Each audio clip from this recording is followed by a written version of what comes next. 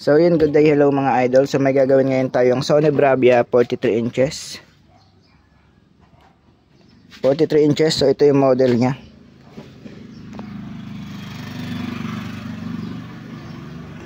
So yan yung kanyang model mga idol, saksak natin.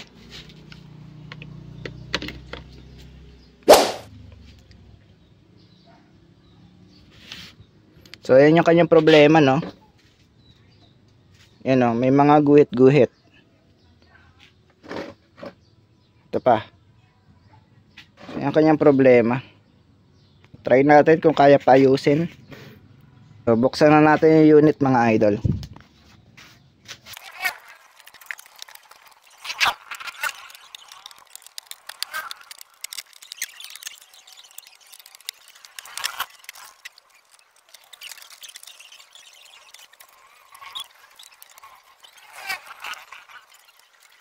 Bali ito na mga idol, natanggal na natin yung kanyang frame, pati yung frame ng kanyang T-con.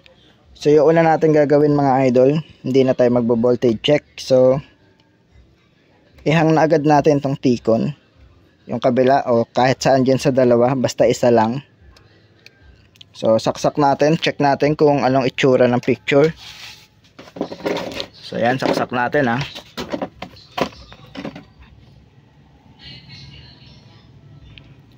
So yan mga idol, nagpe-fade siya tapos unti-unting nagwa-white.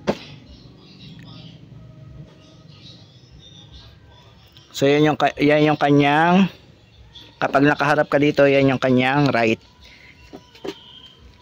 So try naman natin sa left, balik natin to. So yung kabilang channel naman ang i-check natin ito.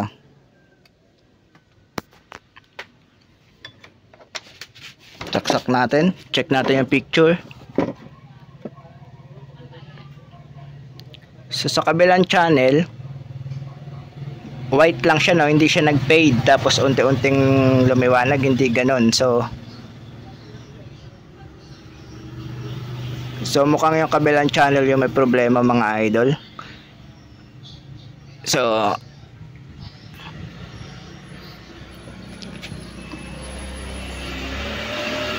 bunutin na natin. Kung mapapansin nyo, parehas lang sila white tapos black ang picture nila, no. Pero ang pinag-iba nila, yung isang kanina, ito ang hinang natin, di ba? Ito yung hinang natin, ito yung nakakabit. Nung ito ang nakakabit, merong yung white niya unti-unting lumiwanag. Yung ito naman nakakabit, normal picture siya. Ibig sabihin mga idol, ayos yung picture na to, no.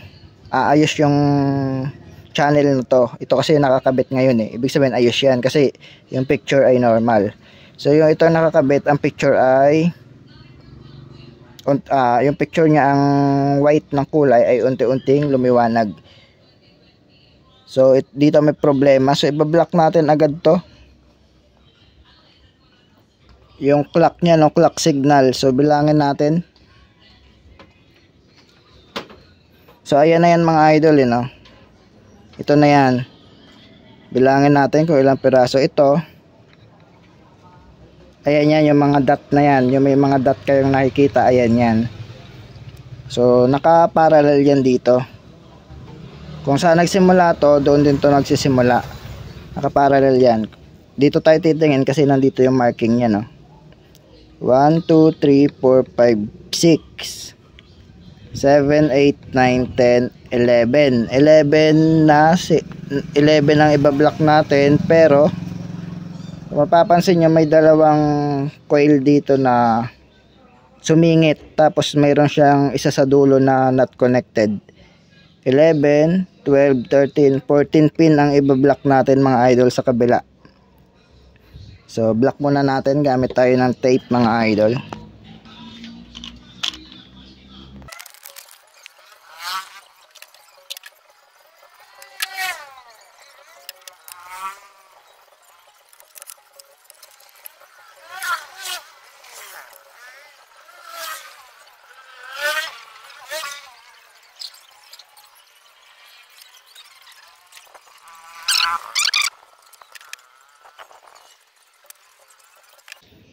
So yan mga idol, nakablock na tayo ng 14 pin dito sa kabilang channel, no. So try natin isaksak.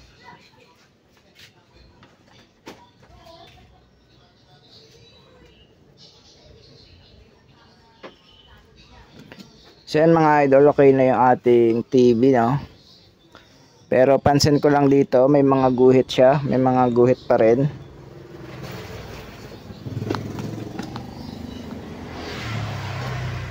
Yan o. Pansin ko lang may mga guhit siya dito. May mga konting guhit. So wag na natin siguro isama yung kanyang BGH even at BGH odd, tanggalin natin. So mga 12 pin lang ang ibablock natin.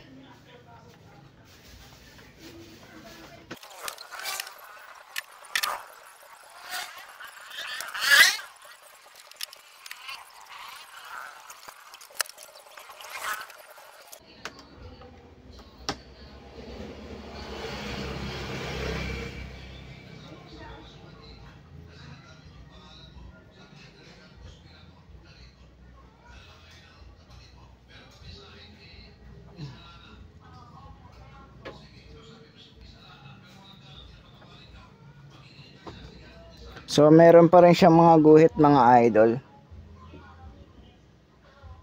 Ewan ko kung kita sa video, no. So siguro ibabypass na lang natin yung kanyang ano.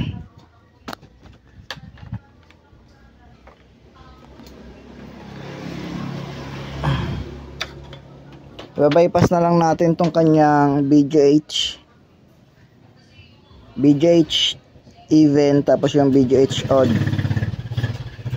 Ang gagawin natin mga idol, ibabypass na lang natin yung sa BGH at BGL, no?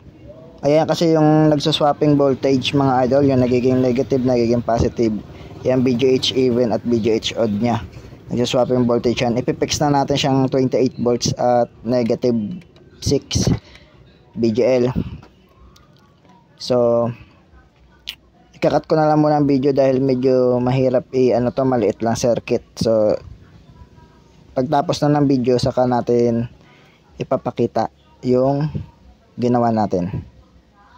So gawin ko muna mga idol. So dito natin siya itatap. Ikakat natin yung ano diyan, yung galing sa DC natin na BGH even, yung swapping voltage, ikakat natin. Then ibabypass na natin. Bale ito mga idol, yung kadugtong na tong BGH even natin at BGH odd, ito kinuskus ko na.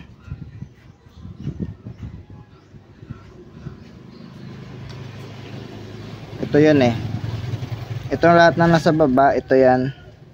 Itong lahat ng nasa taas, ito yung clock nya, tapos yung BGH. Ang kadugtong nya dito. So continuity test natin. Nakabaser yung tester natin.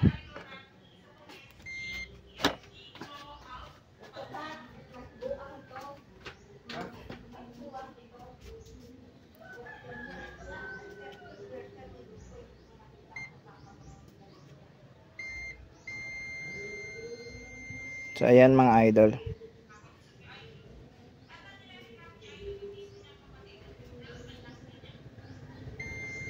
So ito yung isa.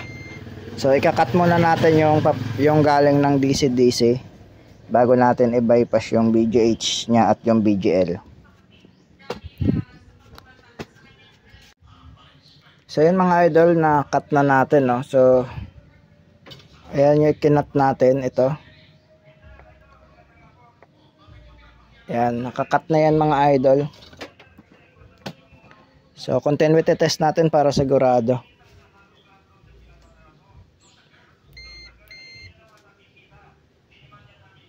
Check muna natin yung dito. So meron.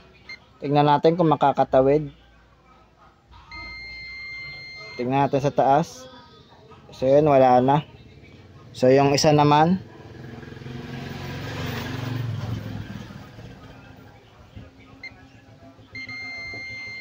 So meron dito pagtawid niya.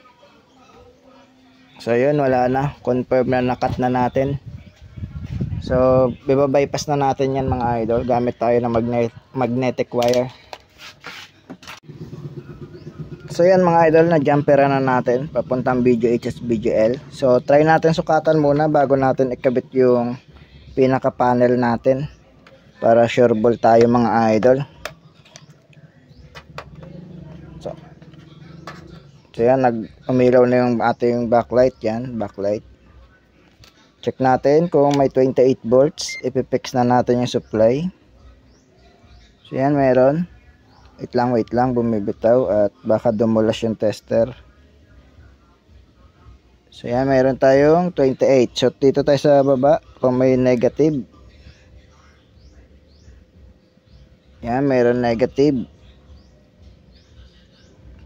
So ikabit na natin yung pinaka panel mga idol, yung papasok na ng glass, yung flex natin. Suotin lang natin. So bago ko pala ikabit, so ayan ang ginawa natin, no. Yung BGH add, kung susundan niyo yung wire, ayan siya, oh. Gamit tayo ng panturo. Kung susundan niyo to, ito siya. Papunta yan dito mga idol sa BGH. Tapos yung sa ilalim, BGH even, papunta yan sa BGL natin, ito. Tapos yung papasok ng yung galing ng DC-DC, kinat natin, ayan, cut, tapos binaypass na natin. So kabit ko muna mga idol kung magkaka-picture. So yan siya mga idol. Nag-on na yung TV mga idol, in-on ko na. So tingnan natin. So yun, oh, nawala na, oh.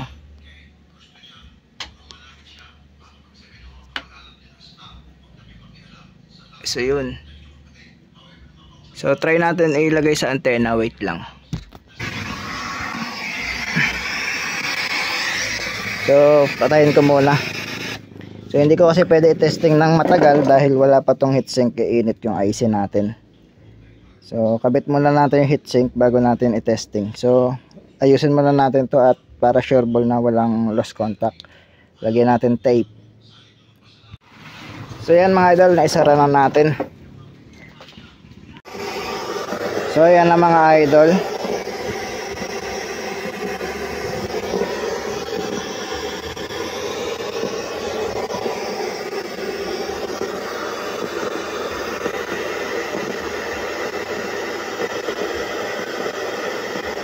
So okay na ating unit mga idol. So kung bago ka lang sa akin channel, huwag kalimutan mag-like, share, and subscribe. At pindutin na rin ang notification bell para lagi ka updated sa aking mga new videos.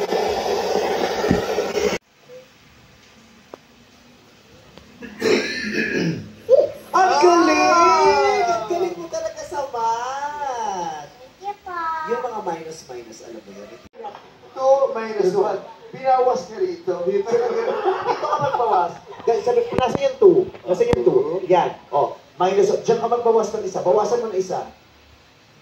O, ilan na lang? 1. Wow! Oo, may kakilala tayo mga ganyan eh. Nasa kanya yung 2 pero sa iba nagbawas.